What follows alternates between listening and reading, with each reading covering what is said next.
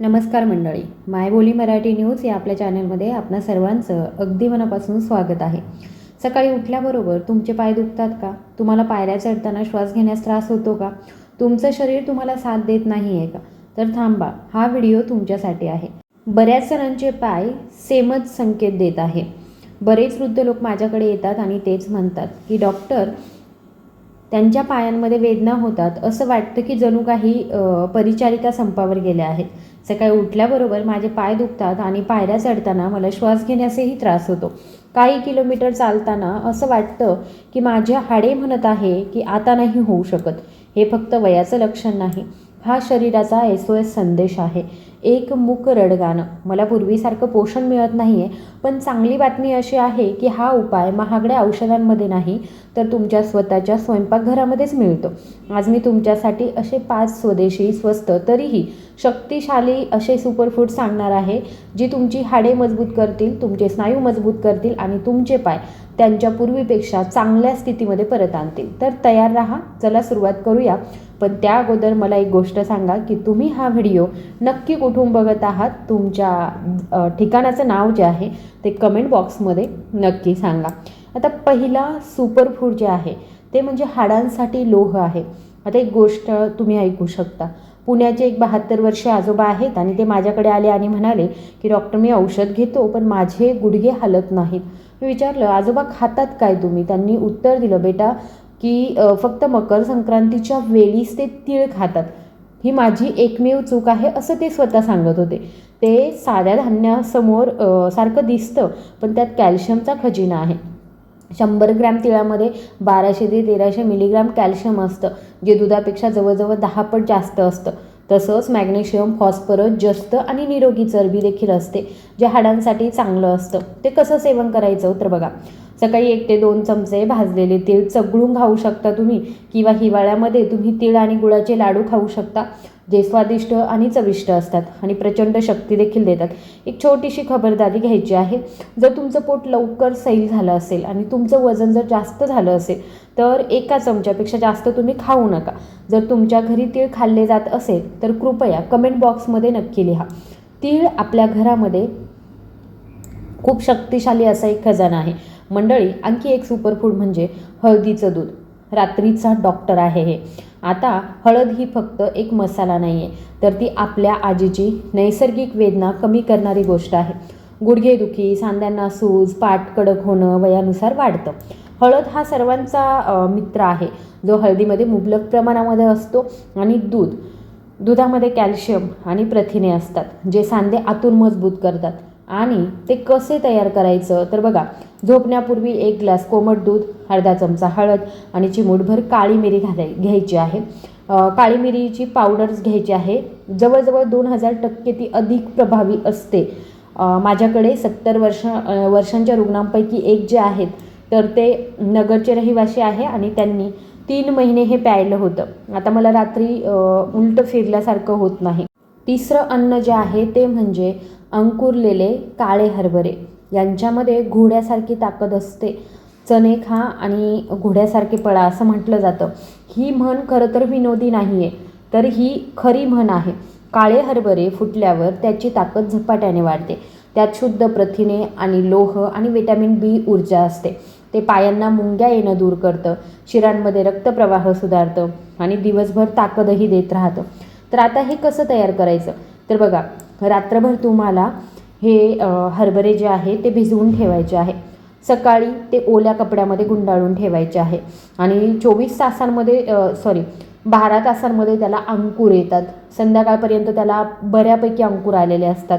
म्हणजे 24 तासांमध्ये हे अंकुरलेले हरभरे जे आहे ते तयार होतात. नंतर त्यांना हलकीच वाफ द्यायची आहे. टोमॅटो, काकडी, लिंबू आणि कांद्याने ते चाट बनवायचं आहे.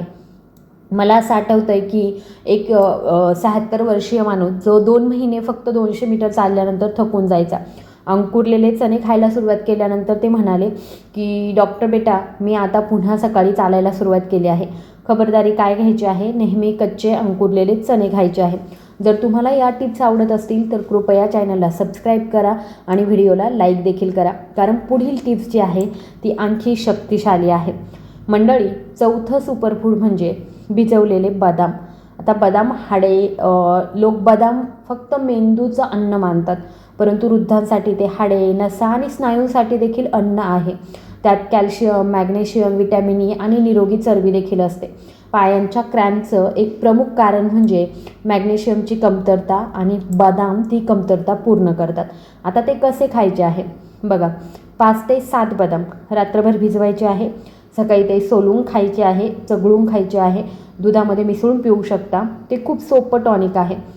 माझ्याकडे नाशिकमधील एक 80 वर्षीय रुग्ण आहे आणि ती म्हणाली की डॉक्टर, काल रात्री माझे पाय दुखत होते, आता खूप आराम वाटत आहे. आता बघा, जर तुम्हाला किडनी स्टोन असेल तर डॉक्टरांचा सल्ला घ्या तुम्ही. कॅलरीज जास्त असतात, 7 किंवा 8 सर्विंग्सपेक्षा जास्त तुम्ही खाऊ नका. मग 5वं सुपरफूड जे आहे ते आहे मेथीचे दाणे. हे आयुर्वेदिक जादूगर आहेत. मेथीच्या दाण्यांमध्ये इतके शक्तिशाली दाहक विरोधी गुणधर्म आहेत की तुम्हाला 15 ते 20 दिवसांमध्ये गुडघे आणि पाठदुखीमध्ये लक्षणीय फरक दिसून येतो. मेथी जळजळ कमी करते, सांध्यांना वंगण घालते, रक्त शुद्ध करते आणि पचनसुद्धा मजबूत करते.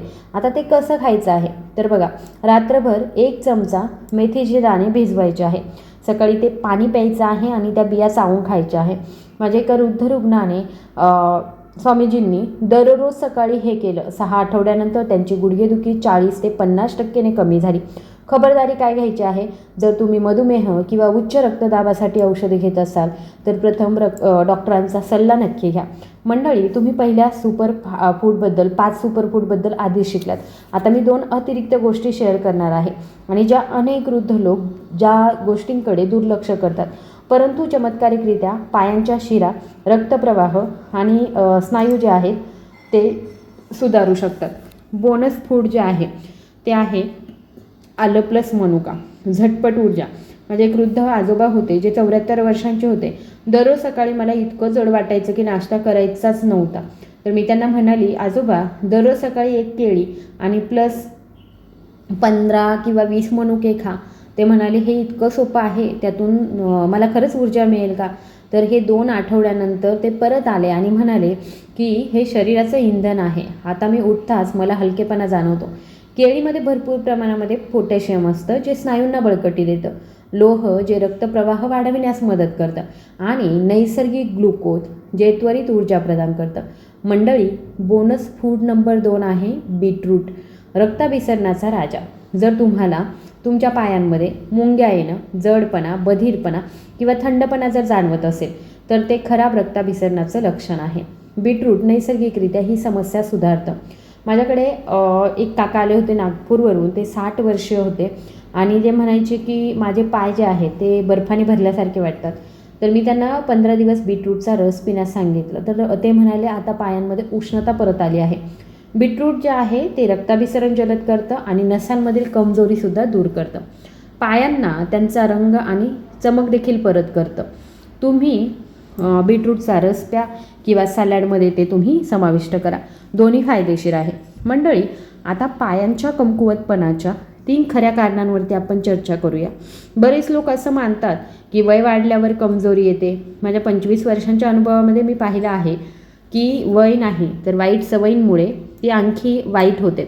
एक म्हणजे स्नायूंमध्ये प्रथिनांचा अभाव. ज्याप्रमाणे घराच्या भिंती कमकुवत झाल्यावर हादरतात, त्याचप्रमाणे शरीराचे स्नायू कमकुवत असल्यास पाय थरथरतात आणि चालणंसुद्धा कठीण होतं. दुसरी गोष्ट म्हणजे हाडांमध्ये कॅल्शियमचा अभाव. 60व्या वर्षी कॅल्शियमचं शोषण जे आहे ते निम्म्याने कमी होतं. जर आहार योग्य नसेल तर हाडे आतून पोकळ होऊ लागतात. तिसरी गोष्ट म्हणजे रक्तप्रवाह मंदावणं. रक्ताभिसरण कमकुवत झाल्यास पायांमध्ये जडपणा, मुंग्या येणं आणि बधीरपणा वाढतो. या समस्या सोडवण्यासाठी मी बदाम, मेथी, हळद, हरभरा, केळी, मनुका आणि बीट यांसारखे सुपरफूड्स निवडले आहेत. मंडळी, चला अशा सकाळच्या दिनचर्येबद्दल बोलूया जी 60% समस्या स्वतःहूनच सोडवेल. बरेच वृद्ध लोक म्हणतात की डॉक्टर औषध काम करत नाही आहे.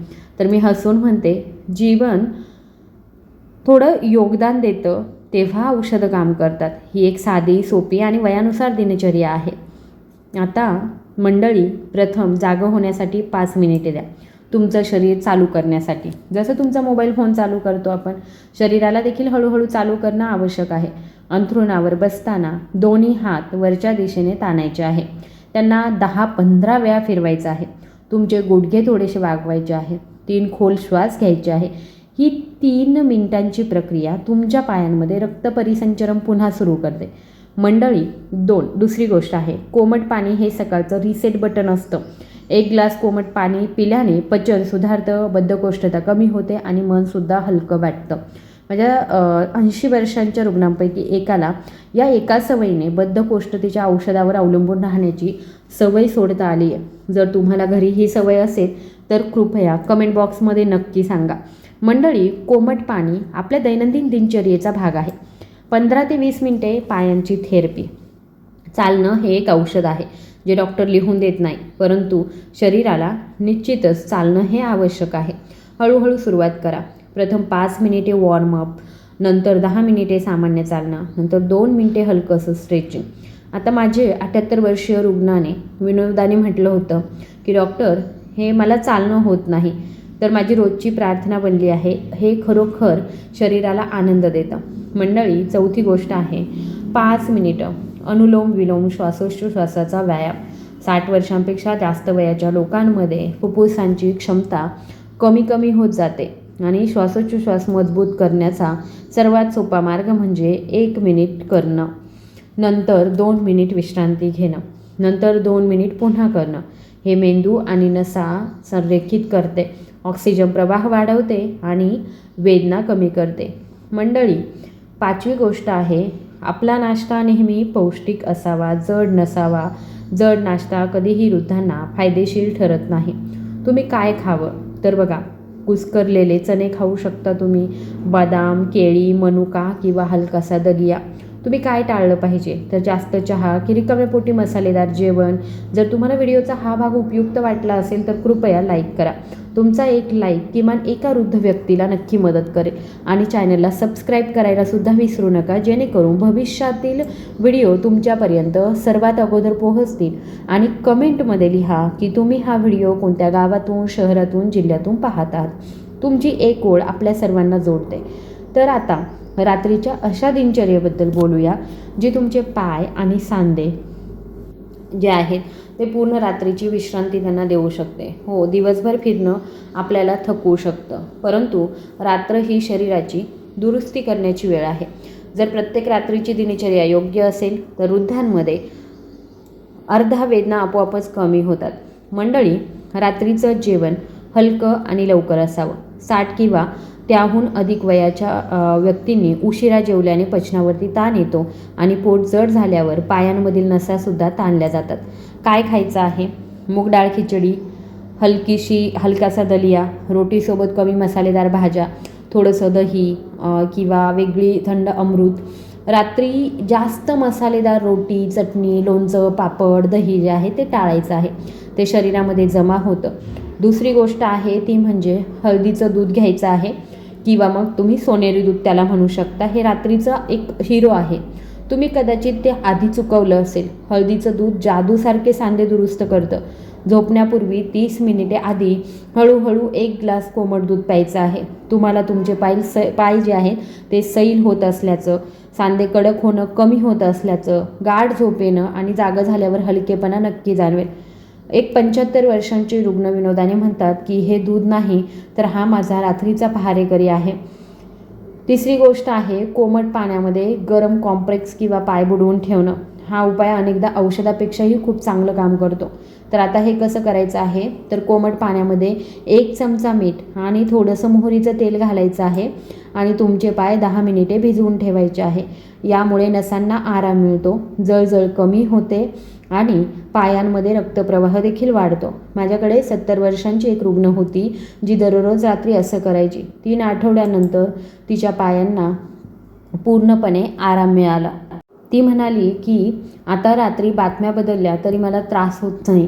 4 पायांच्या मालिशमुळे दिवसाचा ताणही कमी होतो. तुम्ही 60, 70 किंवा मग 80 वर्षाचे असलात तरीसुद्धा नेहमीच मालिश करायला आवडते तर मोहरीच्या तेलामध्ये थोडीशी लसूण पाकळ्या घाला. ते मोहरीचं तेल थोडंसं गरम करा आणि 5 मिनिटे तुमच्या घोट्यांना किंवा गुडघ्यांना हलक्या हाताने तुम्ही मालिश करा. यामुळे रक्तप्रवाह वाढतो, नसा मऊ होतात आणि वेदना देखील कमी होतात. मला अजूनही 82 वर्षांची एक वृद्ध आजी आठवते. ती म्हणायची, बेटा मालिश करणं हे माझ्यासाठी औषध नाही आहे, तर ते एक वरदान आहे. झोपण्यापूर्वी फक्त 5 मिनिटे, 2 मिनिटे स्ट्रेचिंग करा, तुमचे हात भिंतीवर ठेवा, तुमचे पाय ताणा, तुमचे घोटे हळूहळू वर आणि खाली हलवा, तुमचे गुडघे थोडे वाकून उभे राहा. हे 2 मिनिटांचं स्ट्रेचिंग रात्रभर स्नायूंना आराम देतं. आता एक खास औषधी वनस्पती गंधा, जर तुमचे डॉक्टर परवानगी देतात, ते केवळ मनाला शांत करत नाही, तर स्नायूंचा थकवा देखील कमी करतं. अनेक वृद्धांनी असं म्हटलं आहे की अश्वगंधा झोप सुधारतं, ताण कमी करतं आणि मनस्थिती देखील सुधारतं. तथापि सुरुवात करण्यापूर्वी डॉक्टरांचा सल्ला घ्या. मंडळी, मी गेल्या 20-25 वर्षांपासून हे काम करत आहे. एक गोष्ट वारंवार येत राहते. बरेच लोक विचारतात की तुम्ही मोठे झाल्यावर आता काय बदल होईल. मी हसते आणि म्हणते, कारण वय वाढतं, समज आणि शक्ती देखील वाढते. वय कमकुवतपणा देत नाही, सवयी देतात. मी 70व्या दशकामध्ये वृद्ध लोकांना पाहिलं आहे. ते 75व्या वर्षी योगा करतात आणि 80व्या वर्षीसुद्धा हसत हसत जगतात आणि खेळतात. आणि हे सर्व औषधांमुळे नाही, तर त्यांच्या दैनंदिन दिनचर्येमध्ये आणि आहारामध्ये लहान सुधारणांमुळे आहे. तुम्हीही हे बदलू शकता. तुमचे पाय पुन्हा मजबूत होऊ शकतात, तुमची चाल पुन्हा हलकी होऊ शकते, प्रत्येकाची हाडे पुन्हा स्टीलसारखी बनू शकतात. फक्त 5-6 दिवस द्या, तुम्हाला स्वतःला फरक जाणवेल. जर हे तुमच्याशी जुळलं तर एक छोटीशी गोष्ट करा. व्हिडिओला लाईक करा, चॅनलला सबस्क्राईब करा आणि तुम्ही हा व्हिडिओ कुठून बघत आहात हे मला नक्की सांगा. व्हिडिओ आवडला असेल तर व्हिडिओला लाईक, शेअर आणि सबस्क्राईब करायला विसरू नका. धन्यवाद.